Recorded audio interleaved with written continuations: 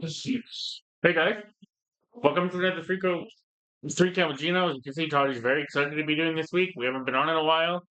Just dealing with some shit personally and mentally, I guess you can say. Also trying to figure out, digest what I saw last week with that AEW pay-per-view. We'll be maybe reviewing that tomorrow. But today we're going to be doing a breakdown of Halloween Havoc, and I think there might be a little bit of a swerve.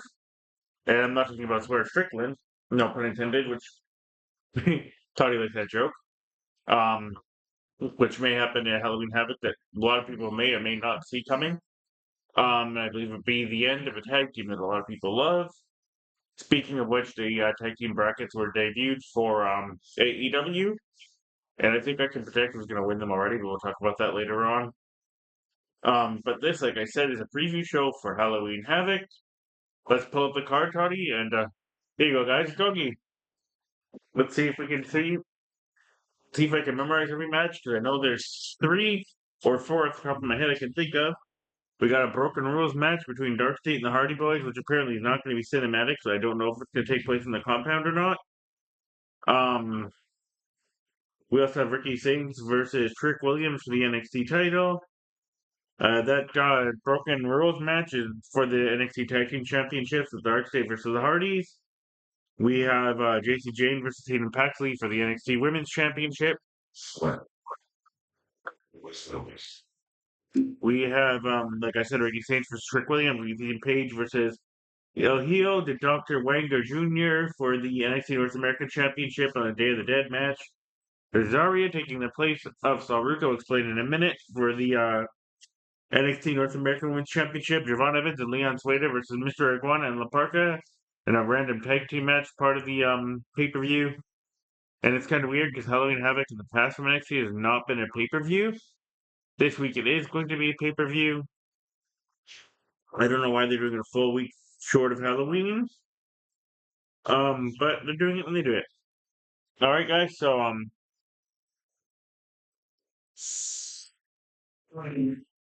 great. Let's get into this. I think we're gonna have La Parca and Mr. Iguana versus Javon Evans and Leon Slater to kick off the show. Just get something to give the crowd hype. Give me incredible tag team match, but there's no way the Triple A guys are winning. So that was a very easy prediction for me. Javon Evans and Leon Slater will win. It's gonna be a little bit of pearl for them. Maybe a little tease because they both want to go for the same thing, which is Leon Slater's X Division Championship. Um, but yeah, like I said, and I love Mr. Guan, I love La Parca. La Parca is going to eat the pin. The Triple A guys are not going to be winning that match. Following that, I believe we're going to probably be having the tease of the month, of the year, whatever you want to call it. We got Zarya versus Blake Monroe for the NXT North American Women's Championship. I believe Blake Monroe will walk away with this, but I think it's a bit of a swerve here where Zarya is probably going to have this match won at some point because Ruka is going to get a little too excited, jump up on the ring, cause a distraction, cause Blake Monroe to get a pin on Zarya. Somehow Zarya's going to lose his belt on her first defense, or she's going to defend it, get hungry, but I believe Zarya is going to turn on Sol Ruka this weekend after or before because they're claiming Sol Ruka's out with an injury. I believe it's a work injury just to set up this turn and have Sol Ruka be the one who's kind of somewhat injured and have Zarya snap after she wins or loses this match, which more than likely loses, to Blake Monroe having her just absolutely destroy Sol Ruka after she loses on the first belt and seems so sad. And you see her snapping and saying it's because you never trusted me or had enough faith in me to believe I could do anything for you to help out. So therefore, you just dragged me down, and now she's gonna let the monster out. We're gonna have a little bit of a feud between Sol and Zarya before they both go to the main roster. But I think Zarya should be just booked as more of a destroyer now, like when she first came in. This tag team is awesome, and I don't think it's around its course, but I think it might be time to separate them for a little bit and then put them back together as a tag team on SmackDown and go after the tag team title again. They're playing this injury angle as what happened to Sol Ruka on SmackDown last week, where she got taken out by Charlotte. But like I said, I have a weird theory here where Zarya is going to eventually, I don't know how they're going to play it. I think she's going to lose the belt. I think Sol Ruka is going to play into it somehow. I can maybe distract um, The referee will Zarya has an actual pinfall on Blake Monroe. It's going to cause Blake Monroe to cheat. Sorry, guys, that's something Mike from there.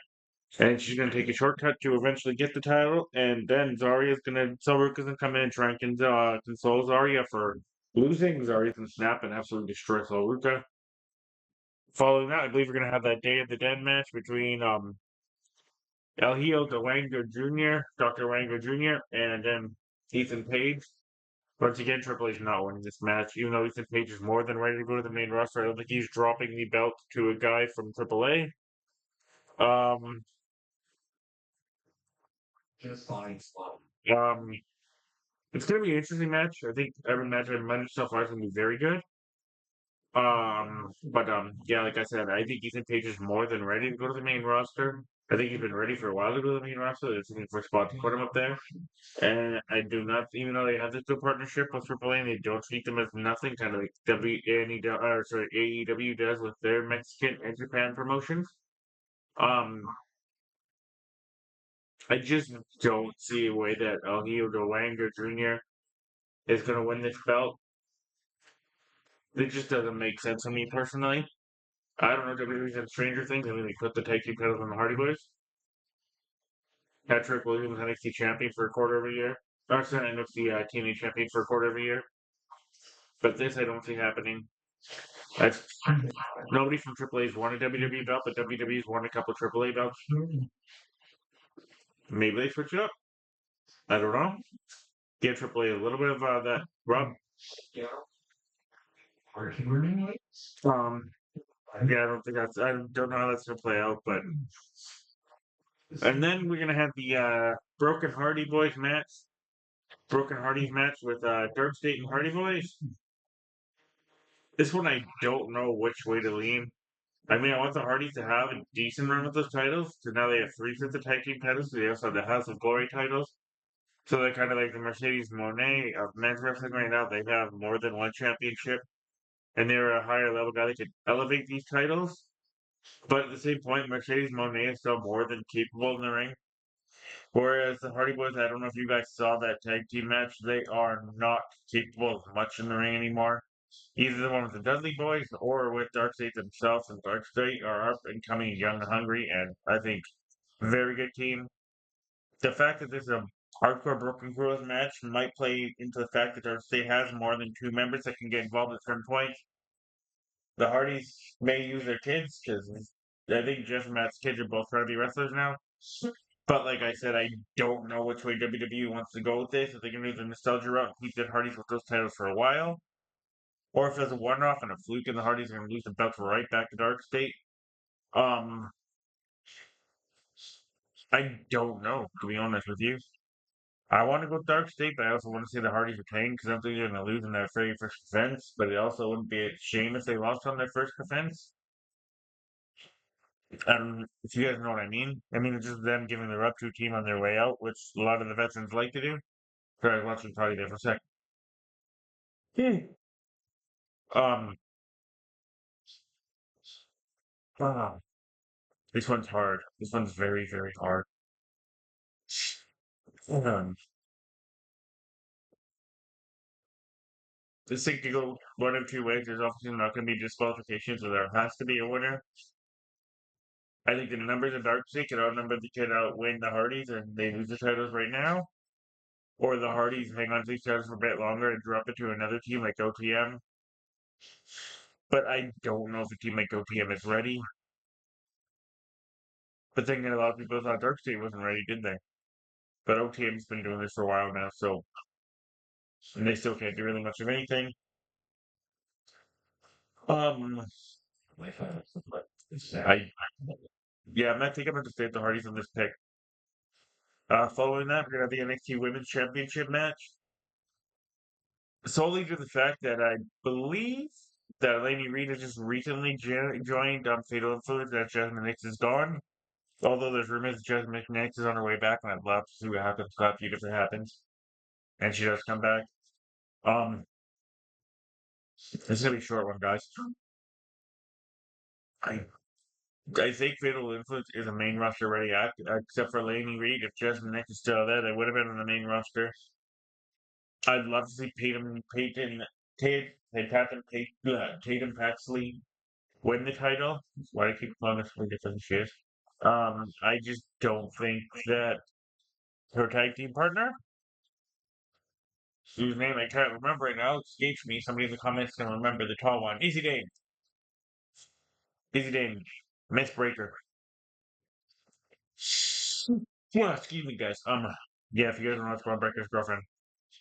Um, I think she's gonna end up screwing Izzy. I think it's gonna be interference, distraction, or confusion in both women's matches in this match, both for titles.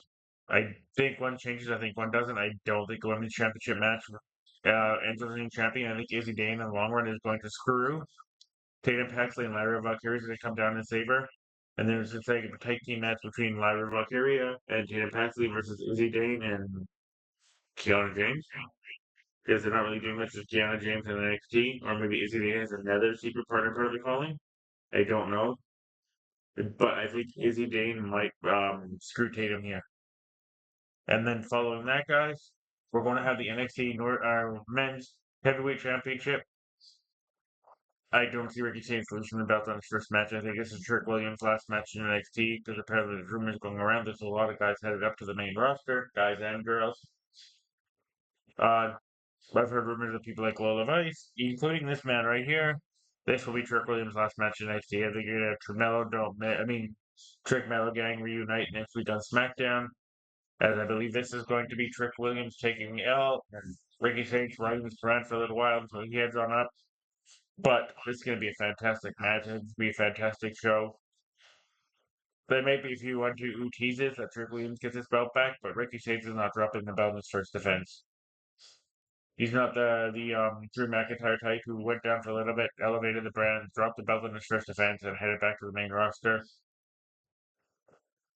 Um, yeah, that's it, guys. There's not a whole lot to talk about this show. It's going to be an interesting show. It's going to be a good show. We're going to be talking about it when we go live with it on Saturday. But other than that, I just wanted to come on here and give a quick little predictions. I haven't done a video in a while. And tomorrow we're going to be talking about what happened last week with the AEW pay-per-view. Because I wanted to watch AEW this week to see if there'd be any fallout. That sure as hell was. And we'll talk about why it took me so long to do a review. Because of the fallout that I had to watch what happened with it. But maybe AEW should. We'll talk about it when we do that show. But alright, guys, on that note, we're going to head out of here and we'll talk to you tomorrow. And enjoy Halloween Havoc. Enjoy the video that's about to be loaded now and going to be loaded again tomorrow. Bye, guys.